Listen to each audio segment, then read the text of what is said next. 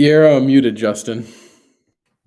I got you. We're- So we're live. How's it going, everyone? Welcome. Sadly, honestly, I'm sad to bring you guys another post game show. I'm your host, Rob. I'm here with my other host, Justin. Uh, just taking it all in still, as you guys probably are too. The Boston Celtics fall to the Miami Heat, 121 to 129. The Boston Celtics do fall to 35 and 34 as the playing game is looking more and more like a reality. Kemba Walker leads the way with 36 for the Boston Celtics. And Jason Tatum follows with 33. Now, we have a lot to get into today. It's going to be, honestly, a fun post-game show. Stick around. Put some Drop comments in. some Hopefully, questions. drop a lot of questions. Everyone, I want to see a lot of people interacting with each other. Now, before we get into anything, I would just like to start off by saying, right?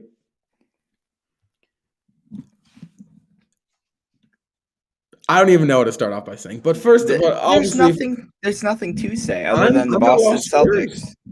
The Boston Celtics lost their biggest game of the season. They do still have 3 more games left, but they're pretty much locked into that 7th seed. Pretty much. See teams behind them like the Pacers tonight. They're gonna get the win. It looks like they're up 7 under a minute left. There's a disappointment, Rob. The Celtics are 1 game over 500, and there's less than a week of basketball left, right? Tonight, we got what we wanted with we need the energy from the tip, but for some reason, it's like they flipped the switch, and we got the energy at the beginning of the game, which we were trailing by 6 at the half. It was tied at the end of the first. We were looking good compared to Sunday. And then Jimmy Butler goes down, and so don't the Celtics, which you would have thought would have been the complete opposite. I just want to say something here. The Boston Celtics let the Miami Heat shoot 59% from the field. Can we just let that sink in for a second now? 59%. That is incredible. If you're just a casual basketball fan, you really might that number might fly over your head. 59% from the floor. Pretty much every time down the floor. One out of every 2. I just want to mention the bench points tonight. 50-19 in favor of the Miami Heat. 24 for Hero, who had a double-double. Tyler Hero, 24 points, 11 rebounds. And then Goran Dragic, who is arguably a starter. He's fit into that bench role pretty well out there in Miami. Scored 17 tonight for the Heat. 50-17. And we were asked a question in the pregame show, who's going to step up for Jaylen Brown? It turned out to be Evan Fournier. We knew it. But who's going to step up on the bench? That's what we should be concerned about, Rob. Who's going to step up for Brown? How about the other 10 players sitting on the bench? Shemi Ojeleye only played 2 minutes and 29 seconds. I don't know what that was about. Carson Edwards played 12 minutes. He played 30 less seconds than Peyton Pritchard. I don't know what's going on here. And it's a lack of effort. I'm making it sound like it was a Brad Stevens thing tonight, when it was just purely a lack of effort. The Boston Celtics should have came out in that second half. Their backs against the wall. Rob, Can I just say something real quick? Go ahead. Now, I know there's graphics on the screen that you guys are seeing. It's just, sneaky good and Tatum stats for the night or whatever. Jason Tatum was awful tonight. Was god awful. Now, we talked about this in the podcast the other night. I believe 2 weeks ago. Mike Gorman came out and says, I honestly don't think Jason Tatum and Jaylen Brown are going to be the leaders of the Celtics team going forward. And I sat there and I thought, like, I don't know, they're young. But now, after watching the last 2 weeks of basketball, he is so right. He is so right. The way Jason Tatum, he is offensively a top 10 talented player in the league. He is. I'll say it. He can score and get a bucket pretty much whenever he wants. But that's not the point. Jason Tatum This, played zero defense tonight. Played yeah, zero, had zero yeah. heart, played with zero effort. And in a season, in really a game that requires all the heart, all the hustle that could possibly come within a basketball player, and you're the best player on the court, and you show zero of it, it sets a tone. There was a play in that. There were multiple plays where Jason Tatum front rim a three, and instead of getting back on defense, he'd stand there and try to foul him to prevent the fast break when there was already, the remainder of the 8 players already back on defense and offense. It's just a lack. Again, it's a lack of effort, and from your leader, Rob. Your so-called leader. And I love Jason Tatum. He's been great for us this season. He's in a big slump at the worst time. I'm telling you that right now. This 33 points was a very quiet 33 points. And if you did watch the game, it was kind of a stat padding 33 points, where at the end of the game, I think he scored about 7 or 10 of these of his 33. I also just want now. I'm reading the comments as you're speaking, um and I see people are saying, Tatum needs help. How much can we put on Tatum? Jason Tatum has been phenomenal all season for us. Don't get me wrong; he's had a great season, right? But when you are the best player on a team like the Boston Celtics, a team that the expectation is NBA Finals or bust, the responsibility goes directly to you. In the way Jason Tatum played tonight, sure, he had 33 points, 8 rebounds, and 6 assists, which is a very good night, right? Can't complain statistically about that night. But the fact is that he can do that type of night with the effort he gave on defense is just not acceptable. And Jason Tatum offensively had all the help in the world tonight. Kemba Walker scored 36 points. Evan Fournier tacked along 20 points. The problem isn't offense. The problem is defense. And you know who the biggest problem on defense is? It's Jason Tatum. 129 points tonight, 130 points Sunday, 200, what is it? 259 Just letting points you know, in the past 2 games. The Boston Celtics are allowing 112 points per game this season. That is the most since the 1979 season. That's This Celtics team is historically bad on defense. And Justin and I have been saying it all season long. The offense is there. It's just the defense. And you go out there, and Justin and I were talking all throughout this Celtics game, right? We were talking and we were watching the game, and there was a play where Duncan Robinson comes down, he hits 2 back-to-back consecutive threes. Duncan Robinson was at times the hottest player on the court, right? In terms of shooting. And there was a play where he was left wide open in the corner. They left him wide open. Yeah. And then they all just stood there and looked at each other. It's miscommunications. No one's on the same page. And it all goes back to just, again, lack of effort. I've said it throughout the whole show, and I'm going to continue to say it for the rest of the season, because this team has no heart, no grit. I hope they watch, obviously I don't think they're going to watch this post-game show, but I hope they watch this post-game show and just realize, like, how pissed off everyone is. Like, they play with no heart. Record-wise, we're better than the 2013 team, Brad Stevens' first year.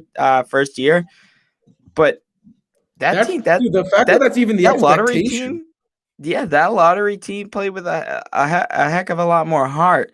And I just cannot believe right now that we're talking that the Boston Celtics have a key opportunity right now to miss the playoffs. Now, as much as, as much bad and wrong there was this game, we do, because we have to follow, script or whatever, script. Yep. We do want to get into the player of the game because not everyone had an awful game. And today's player of the game is Kemba Walker. Now, Kemba Walker has been awesome the past month of basketball. Scored 30 plus points in 3 of the last 4, stepping up huge with Jaylen Brown out, currently averaging right around 30 points per game in the last 8 games. So he's just been awesome. And I just want to say, just can't win. You can't win. You just can't win. And you can make excuses all you want, Celtics fans, about Jaylen Brown not being in there, Danny Ainge making the wrong, defensive effort, whatever you want to say it. But at the end of the day, the Boston Celtics roster, the players who were on the court, they had a season of complaining, of not showing heart, not showing effort. And, I don't know what you think, Justin, right? All season, past 2 months of basketball, we've been saying, mind you, oh, this Celtics team can show us next game, right? This next game is when, they can turn this around. But I don't think we can say that anymore because right now the Boston Celtics are pretty bad. I think, we're left speechless once again. And we shouldn't be speechless because we expect this, right? We expect this. And I came into this weekend thinking the Boston Celtics know their situation, right? They know their backs are against the wall. They know that these 2 final home games are the 2 biggest games of the season for both teams, not just the Celtics and not just mine, for both teams. And the Celtics dogged it. Yeah. Dogged it. 26-point deficit game 1. I think 19-point deficit game 2. I don't care if it resulted in a 6 and an 8-point loss. They made it look pretty in the final 2 minutes. And I am reading all you guys' comments. I'm gonna throw up Justin. Now, I do want to say something, right? And I'm reading some of these comments, and I really like this comment right here. So I'm just going to quickly talk about it. The Jays are still becoming better too, just a matter of time, and a few bench players maybe, right? Now I like that comment, and here's why I like this comment. Last offseason, right? We're rolling it back all the way to probably October, September, right? Right after the Celtics lost in Orlando. The Celtics lost Gordon Hayward, right? Now the big talk around Hayward was saying, he never plays. He's always injured. He's so average. We're paying him too much, right? But what people don't understand about what was so great about Gordon Hayward was he played a major role in being a leader for this team. He stayed calm. He could play make. He hit big time shots, and he would just keep the offense through a constant flow that was really hard to stop. Right? When you lose a guy like that, this was the season where Jaylen Brown and Jason Tatum got hit with a sense of reality. That they no longer have Kyrie Irving, Al Horford, Gordon Hayward backing them up. That every single game, it's on you guys. What do you think of that? I agree. And guess what, Rob? We lost Gordon Hayward for nothing. Yeah. We didn't get anything in value for Gordon Hayward. I guess you can say the trade player exception that we use for Luke Cornett and Mo Wagner. And again, also, we lost a leader. Rob, for nothing. And Celtics fans never once realized. I had a sip of water, man. Go for it. I wish I had some. Trust me. And I see people here now. They're on a different note talking about Brad Stevens now. If there's one thing I've said that's going to happen, I know we were talking about this before the pod or before the show. I can started. See what people are saying. By the way, I'm not saying you're wrong, but there's one thing. Alternate. So, as a Celtics fan, unless some crazy turnaround happens, we're expecting this season's going to be over pretty soon, right? Mm-hmm. It's just the reality. Unless something crazy happens. this offseason, there's going to be a lot of talk about, there's going to be a lot of fingers being pointed, right? There is on the players, on Stevens, on Danny Ainge, right? On whoever, on Tatum, on Brown, on everyone, right?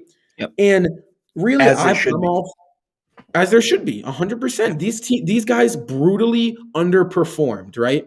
But if there's Agree. one thing I can support Brad Stevens for, he honestly, his subbing tonight was bad. I agree with that.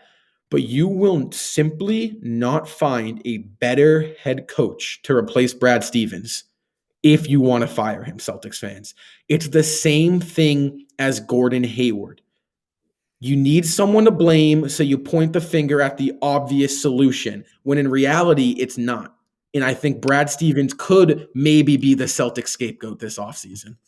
And I don't know if you mean, what do you mean by that? Now, are you saying like coaches, like there's other coaches in the league that won't be like, are you saying like in the free agent pool of coaches, there's not a better one? Yeah, there's not a better coach in the free agent. So you will not replace Brad Stevens with an upgrade.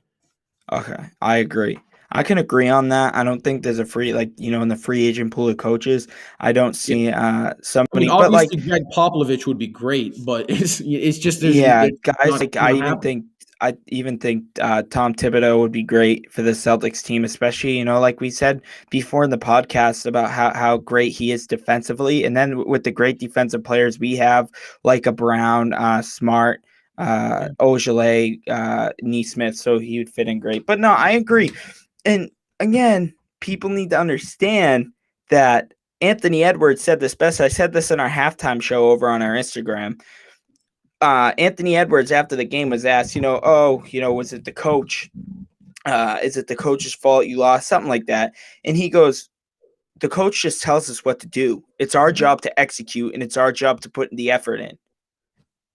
And A rookie said that. A rookie said that. Who's my yeah, age?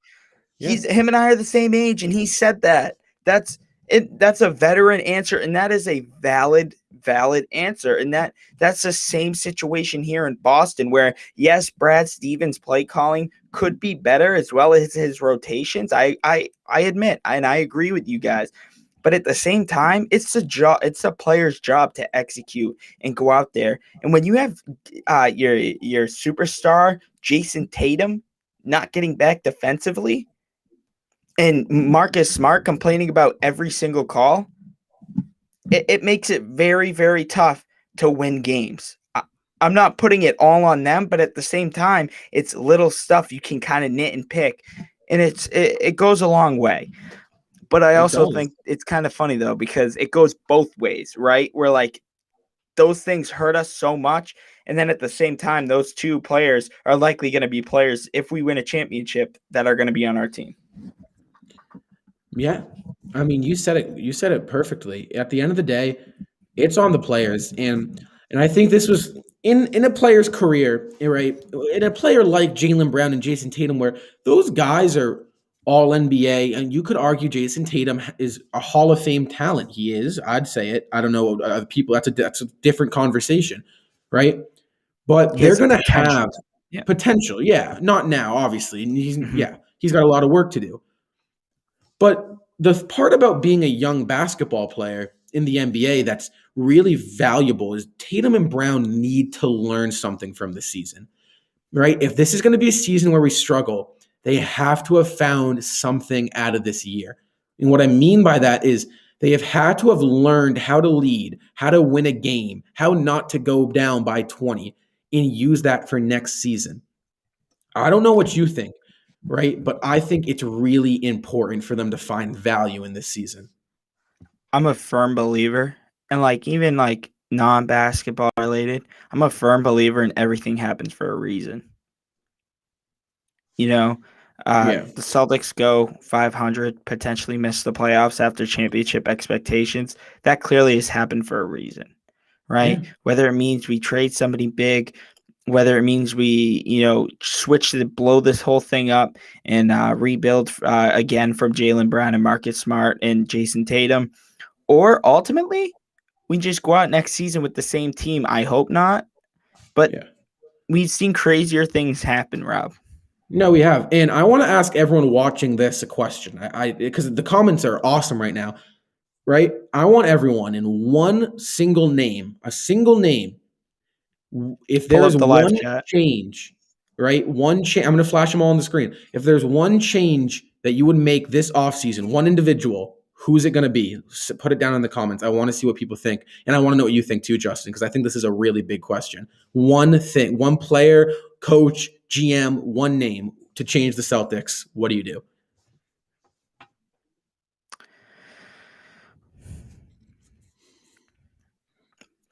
I go for somebody. I go for a big Like, like somebody who can bring it defensively, but still anchor it down low. And I'm not talking maybe similar, obviously, like maybe similar to a Bam Adebayo type guy. I mean, hey, look, first of all, I would not be surprised if Daniel Tice makes his way back to Boston. That's bold. I'm not looking for people to agree with me. I'm not saying it's going to happen, but I wouldn't be surprised if Daniel Tice makes his way back to Boston. But with that being said, we have to remember that Robert Williams has been a big part, right? And look at that. That right there, Drew Holiday. That could be something you're interested in, Rob, because you and I talked about this before the show, where you, as much as you love Kemba Walker, love Isaiah Thomas, love Rajon Rondo, at the end of the day, the small point guards just haven't seemed to fit in Boston in the sense of championship expectations. I'm happy you brought this up because I really want to talk about this. Now, I was never for the Kemba Walker hate. I love Kemba Walker. You know, he's proven himself in the past, couple weeks of basketball, right? He still is that. He can be, that guy on the offensive side of the ball. He's still a bucket getter. He is, and he always will be. I really think that. He still has his step and everything. With that being said, though, let's take a look at the history of basketball. There is one exception to this rule, one season where the best player on a championship team, right, is the point guard. One team, it's the 2015 Warriors. If you look at every single championship team from there on out, the best player is either a forward, a center, or a big guard like Kobe, like Jordan, The Boston Celtics, and my one name is going to surprise a lot of people, right? Lonzo Ball. It's Lonzo Ball. Now, hear me out. We have all the offense and scoring in Jason Tatum and Jaylen Brown. We do. They're 24 plus a game. That's the highest. Believe that's the highest scoring duo in the NBA right now. I know it was at some point. When you have guys that score the ball at that volume, you need players to get them the ball, to play defense, to spot open threes, to clear space, right?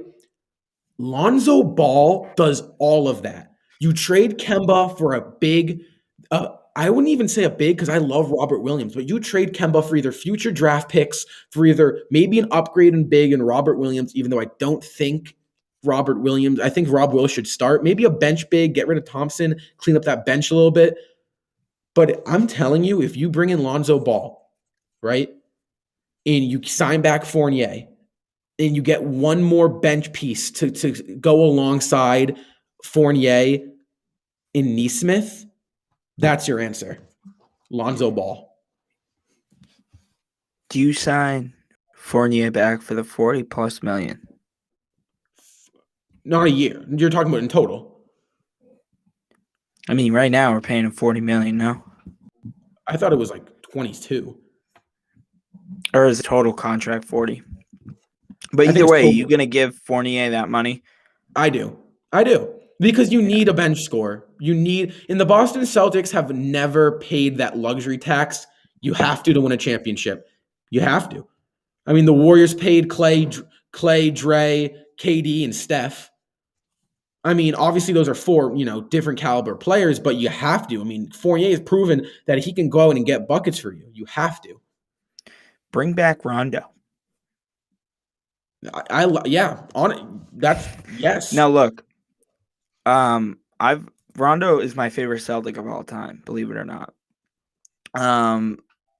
Rajon Rondo does have a pretty big ego, I'll admit. But I think it would be super cool to see Rajon Rondo work with this young Celtic team and work with this young core of Tatum and Brown. Rondo knows what it takes to be a leader on a championship team. Rajon Rondo also has championship experience. Rajon Rondo has also played alongside some of the greatest of all time, as in LeBron James, Kevin Garnett, Paul Pierce, Ray Allen. I'm sure I'm missing some names. Up and coming Anthony Davis.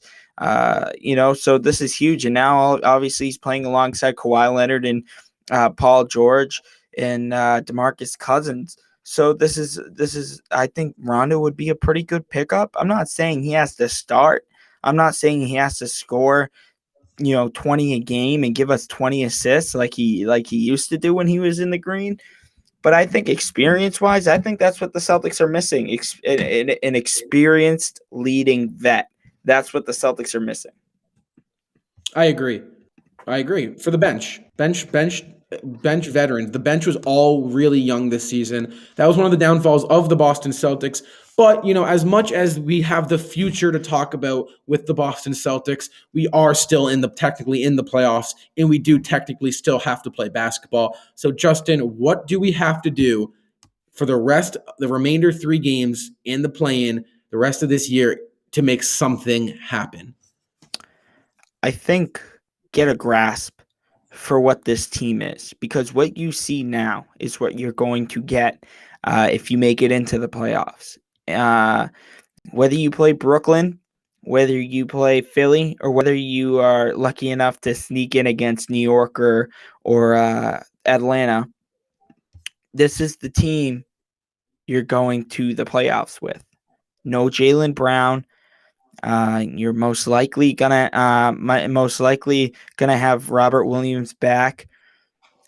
So get a grasp for everybody and really come together these last 3 games.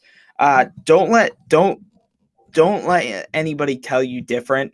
First and foremost, the Celtics could easily go 3-0 here, or at least 2-1 in these last 3 games. Oh boy, how many times have we said that? Have we said that? Correct. But listen, let me finish. But knowing this year's Boston Celtics, we could go, instead of a 3-0 week, we could easily go 0-3. The Celtics need to take every game right now like a playoff game and stick together and just focus on playing a full 48 minutes of basketball. Even if we go 0-3 and we play a full 48-minute basketball in the next 3 games, I will 100% be satisfied. Also, I think the Celtics need to get guys like Pritchard and Nesmith and even guys like Ojale going before the playoffs. Because really focus on this bench in the last 3 games. Since it's such a tight knit race in the Eastern Conference standings, I doubt the Celtics will really likely rest their players, their stars. But I don't know. I don't think Kemba's going to play tonight. Or tomorrow night in Cleveland, because it's the second night of a back-to-back, and I really don't think, even though it's probably a big game against New York, I don't think Kemba's going to play then. You know what I want to see really badly? I want to see 3 games to play in. No, I said that. We were talking during the game, and at one point, I believe it was it was the second where what's his name? Where Dragic bounced it off Smart's back. No. Why am I blanking? That play was ridiculous. What's his name? Oh my gosh, Carson Edwards. When Carson Edwards checked in the game, I said, "Okay, Justin, let's just tank. Let's just get a draft pick." But in all seriousness, what I want to see out of the Boston Celtics this rest of the season is just not to fold. Have some dignity, right? Like you've been Play awful with some all resilience. season. Like you've been bad all season. Dude, Like relax. like you They've have. been, they're so bad. They've been that. I If mean, we am I wrong? They've been awful all no, season. no, dude, Rob, if we go, if we lose the next, if we go 1-2, we're under 500. We end the season under 500 Yeah, if I we go agree. 0-2. Because we've been Eight, bad. We've been bad. Like even if we win the next 3 games, 38-34 in the play-in tournament, playing the freaking playing the who is it, Brooklyn Nets as of right now, we would play them in the playoffs if we won the play-in tournament and get the 7th seed. yeah. And this is, I mean, like, I know everyone's like, there's like, we're all fed up. I think that's really what this is everyone's just really fed up with the Celtics right now. I know Justin is. I honestly bet the Celtics players are fed up with themselves. I don't think they don't want to play the way they're playing. But like, we've seen crazy things happening in the NBA, and I know this Celtics potential ceiling. So just like go out there and just show us something. Whether it's taking the Brooklyn Nets to 6-7 games, whether it's winning out of the season, whether it's getting out of the first round, whether it's getting the 6th seed, like whether it's anything like that, show us something that's positive. End the season on a positive note, some way, somehow. I'm in favor. This is gonna be off topic. I'm in favor of getting rid of these new uniforms. Yeah. I think we have one win in them. If you're into conspiracy theories or stuff like that, these are running around in Mountain Dew. We're not getting high enough. Rob, the Celtics end their season on a 3-game road trip. Cleveland tomorrow night, 8:00 tip-off. I can't wait for these last 3 games. The Celtics on Wednesday, tomorrow, Cleveland. Then the next 2 days off, which is rare because you don't really see that too much. And then Saturday in Minnesota, time is TBD. And then Sunday at New York, time is TD to be decided. Losing both these games, really putting us out of reach, officially out of that 4 seed. How big is that Sunday game in New York? I feel like it's not as big as it was if we had won these 2 games against Miami, or at least split the series. It's the season at this, and like in reality, honestly, it's really not that big because we can't fall out of the play-in tournament. We can't. Oh, So as much, we can't fall we out of the messed play-in up. tournament. So in We reality, messed up. the games really mean nothing from this point on in the terms of if you're gonna like look at everything at a blank, like with a blank slate. But it means something. Just win. Just prove. Go into the playoff because no matter what, you got to be in the play-in. And the expectation is to win the play-in and put up a fight in the playoffs. That's the expectation, right? Now we're gonna finish off here, but in these last 3 games, right? Yeah. Win. Just win. Get 2 wins. I want to see 2-1. Give us 2-1. Can we do something real quick? I want to do this with you. Take me through these playoffs real quick. Starting with the play-in tournament, Indiana versus Washington. Who wins that game? Washington. Okay. Who wins this game? Boston or Charlotte? Boston. Okay. Who wins this game? Washington or Boston?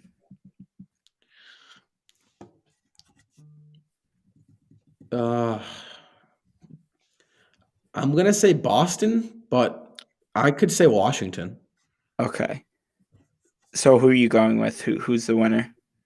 I'm gonna say Boston. Okay, so Boston goes to Philly. Washington goes to Brooklyn. Who you got, Philly or Boston? 7-game series. How many? Philly in 6. New York or Atlanta? Atlanta in 6. Milwaukee, Miami. Milwaukee in 7. Brooklyn or Washington? Brooklyn in 5. If Washington. healthy. Washington or Milwaukee? Washington and Brooklyn or Milwaukee? Brooklyn in 6. Okay. And then who did you say? You said Philly and who? New York? Yeah. No, Atlanta. Philly or Atlanta? I'm going to go Philly because of I think Atlanta's a little. Ooh, maybe not though. They are undersized with Trae Young. I'm going to say Philly in 7. Okay. So Philly or Brooklyn? Brooklyn in 5. So you got Brooklyn going to the finals. Yeah. Quickly, we'll do Memphis or San Antonio. San Antonio. Okay. Golden State or Lakers? Lakers. Lakers win. Okay, so Golden State or Memphis? Golden State. Okay, so that leaves Golden State goes to the 7th seed. So Golden State or Phoenix? Phoenix. Okay. And Phoenix in 6. Clippers or Dallas? Clippers in 5. Okay. Denver or Portland? Denver in 7. Utah or Memphis? Or no, Utah or San Antonio? Utah in 6. Utah in 5. Utah in 5. Okay. Utah and Portland.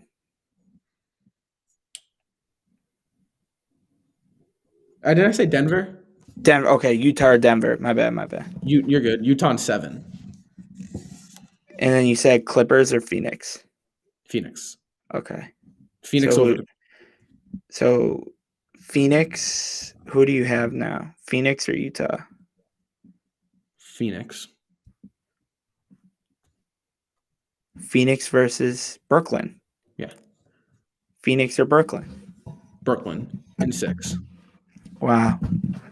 I just wanted to do that. That might have been boring to other people, but that was interesting to me. That wasn't. Yeah. So things can happen.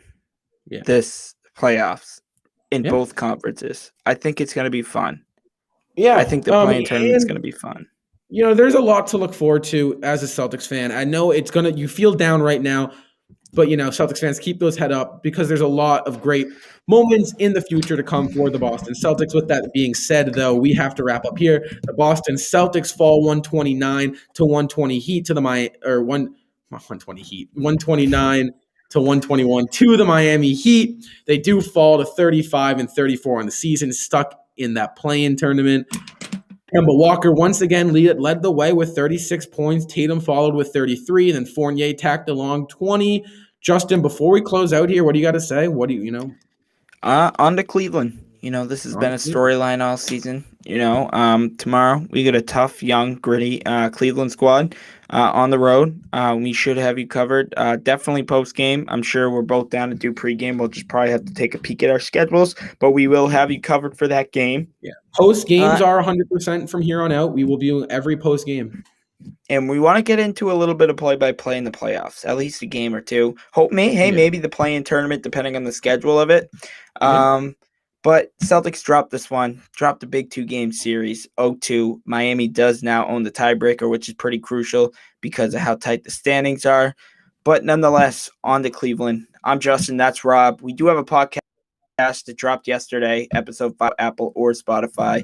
Follow us on Instagram, the Celtics Talk Weekly. And then Twitter is Celtics_weekly, right? Yep, Twitter. Go follow us, guys. Let us know if you like these. You know, you guys were awesome today in the comments. We had well over 100 comments. So pre and post game. So it was awesome, guys. Thanks for tuning in. Hopefully the Boston Celtics look to turn things around here. We don't know what's going to happen. Thanks for tuning in, guys. I'm Rob. That's Justin. I'm Justin. We're out.